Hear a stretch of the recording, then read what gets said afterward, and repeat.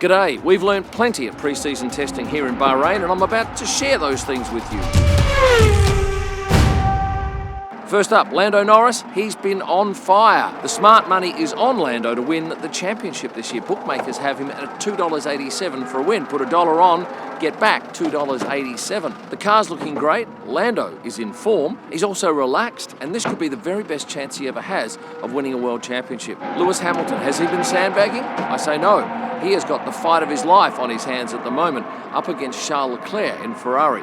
The last thing he has on his mind is trying to make it look like he's going slower than he can. So don't think he's not giving it 100%. In fact, I had a chat with one of his management team just quickly and I said, what about Lewis? Is he going to be wearing any fashionable gear into the track this year? And the response was, we are here to race. That says it all. This race he's worn nothing but Ferrari team kit as he came in, although this morning he must have snuck in very early because he was hard to find the whole day, and if he doesn't wear fashionable gear on the first day at the Melbourne Grand Prix, trust me, he's in Ferrari kit the whole season. In fact, photographing Lewis yesterday was indeed very tricky. There were very few pictures of Lewis without a helmet on, without him having his hand anywhere near his face. I got this picture, which was an absolute fluke. Very shortly after that, he moved behind a barrier, as if to say, no more. So in my mind, Lewis is 100% focused on winning this championship. We learnt this race too, that McLaren do not want the competitors seeing their Flow-Vis. What is Flow-Vis? That's the solution that they spray on a car, such that when they go out on track, you can see where the air flows over the car because it moves that paint. And yesterday, coming into one of Lando's pit stops, he had a lot of Flow-Vis on his car, so all of the crew had to get out in front of Lando's car to stop anyone photographing it. This is Florent Gooden. He was the only photographer out there to have a crack, and I did ask him whether indeed he got a picture, and he said yes. And this is the picture. No, he's not going to show it to us. It's a technical picture, highly prized. But I did catch Mercedes doing something similar later in the day in front of their garage. We learnt that Franco Colapinto wasn't here in Bahrain. Why? Well, they don't need him. A reserve driver at testing is not essential. If there's a drama with a driver, and there was with Lance Stroll today for Aston Martin, it just meant that Fernando had a little bit more seat time. But will he be in Australia? Not sure. Because I went and had a chat with the people from Alpine and said, what's the story? And they said, we don't know yet. I said, when will you know? Well, the Wednesday before the event. And then they laughed. He'll get a bit more notice than that. But remember, there are 3 reserve drivers for Alpine. It's not guaranteed that Franco will get an invite. We learnt in testing which cars carry the yellow T-cam. Now, a lot of you thought that it was the second driver that got the yellow T-cam. Not necessarily so. These are the drivers that have the yellow one this year. Norris, Hamilton, Lawson, Antonelli, Alonso, Doohan. Now that changed because last year Pierre Gasly had the yellow T-cam, but he's now got the black one. Bearman, Sonoda, Sainz, and Bortoletto. Now the colour of that camera is important because if you're watching the telecast and things are moving quickly, that's often the only way you have of knowing which driver is behind the wheel. We learnt that Kimi Antonelli loves to wind up the Netflix crew, and to that end so does Oliver Bearman. I was chatting with the pair yesterday, and out of the blue, a boom mic appears in shot, which first of all Ollie grabbed, and then Kimi had a bit of a crack at it. And remember, that boom mic is for audio for the next series of Drive to Survive. It hasn't been officially signed off, but there are crews here, so barring any drama, it will be going into its 8th season, and the release date for Drive to Survive Series 7 is March 7th. And I've already done a video about what you can expect to see in Series 7. I'll put a link in the description below for that video.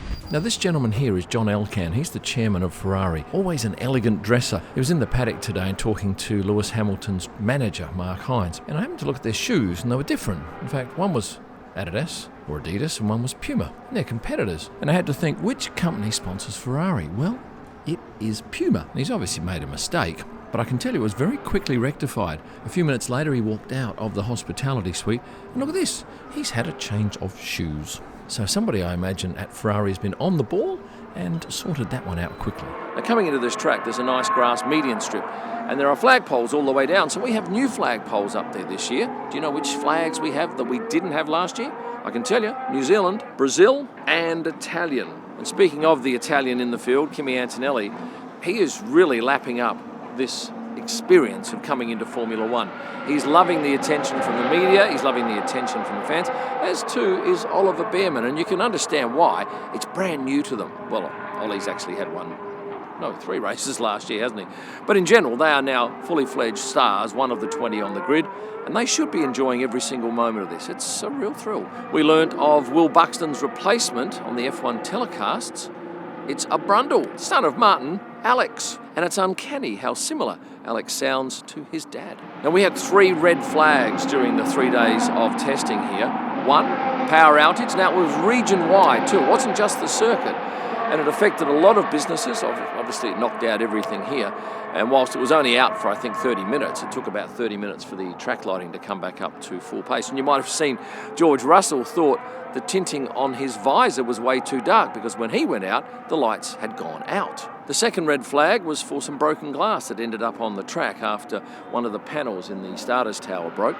And the third one, quite remarkably, was for a media shuttle bus that went on track while it was live. Now, I was at that corner. I didn't actually see the media shuttle bus get on there, but I can tell you what happened. This is the normal track that we take in the media shuttle. However, the bus driver has had a lapse of concentration and taken the inner path. He's ended up on track and had to drive out this direction there. Now, had an F1 car been coming to that hairpin, lost its brakes, could have ended up in the side of the media shuttle bus. So that caused a red flag and a stoppage of the session. And then there was all sorts of meetings going on with the crew, changing around the design of the fencing, and eventually it was agreed that this was the way to stop it happening again. A couple of you have messaged me and said, what is that white dome that we see on top of the mountains behind? Well, I went up there and had a look, and this is what it looks like up close, but it is, I believe, something to do with the military. But it looks good in the back of our images on track. We also learnt that Bahrain's weather can be unpredictable. Cold, windy on the first 2 days, beautiful this morning, and then overcast and cold now. You might have seen this Instagram post of mine yesterday. Well, it certainly sent the cat amongst the pigeons. This is Dmitry Mazepin. And Dmitry is Nikita Mazepin's dad, of course, who used to race in Formula One. Well, he was here with his son, 10-year-old, not Nikita, but his son. And he was actually a guest of a team, but I can't say, no. Yes, police just came and said, you've got to have police cars in the background. I said, no, I haven't, I've got that stand in the background. But yeah, Dmitry Mazepin was in the paddock this week for at least 2 of the 3 days and caused a bit of a stir with his son. Controversial figure. I chatted with him for a little bit, and his son apparently, this younger son, is a good driver. And maybe he's been signed up to one of the team's academies. It's a rumour. Can't wait for your comments below about that. Now, talking earlier about Franco Colapinto, he is a reserve driver for Alpine. So too is Paul Aaron. And I was delighted and thrilled well, it's the same thing, isn't it? To see Paul serving up tea and bickies to the crew in the garage today during one of the sessions. He was enjoying it, and I'm sure that the guys were much appreciative of the food and beverage service. Now, where do the F1 drivers stay? Well, a number of them stay at this hotel, the Sofitel. It's about a 10-minute drive from the track, and when the weather's nice, it's great to lounge out by the pool. But unfortunately, it's been rather cool here in Bahrain. And this is the Raffles Hotel, which is not too far from the track, and I'm told that there are drivers staying here, and this is quite luxurious. Some also stayed at the Jumeirah Hotel, Ritz-Carlton, and the Four Seasons, but 2 drivers did not stay at a hotel. They did not stay at a caravan park, they stayed at the Prince's Palace. Of course, the Sovereign Wealth Fund of Bahrain owns McLaren, and I had a chat with the Prince at the track last night, who is a tremendous fella, and I was quite admiring of his jacket. I've seen him obviously in his traditional dress here, but he scrubs up pretty good. He actually went to school here in Bahrain, also in the US and in Britain. Bit of a character. Every team has a pit wall gantry, and that's where a lot of the technical people sit for the race. Now, this is what this year's pit wall gantries look like, and you'll notice that this one here, the Haas, is much bigger than it was last year. And if you didn't notice that, well, good thing I'm here telling you. Because last year they wanted to save some money, so they went with this tiny one, but they've gone back to a larger one in 2025. You've learnt way more than 10 things in this video. All those extras, well, they're just free bonuses. Thank you for paying attention.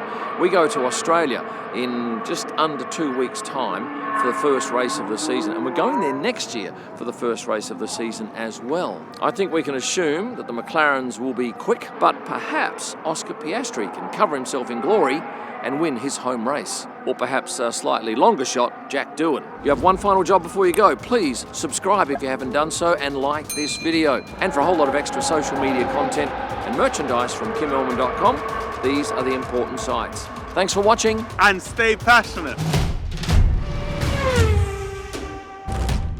G'day, we've learned plenty. G'day, we've learned. G'day from cold Bahrain. G'day.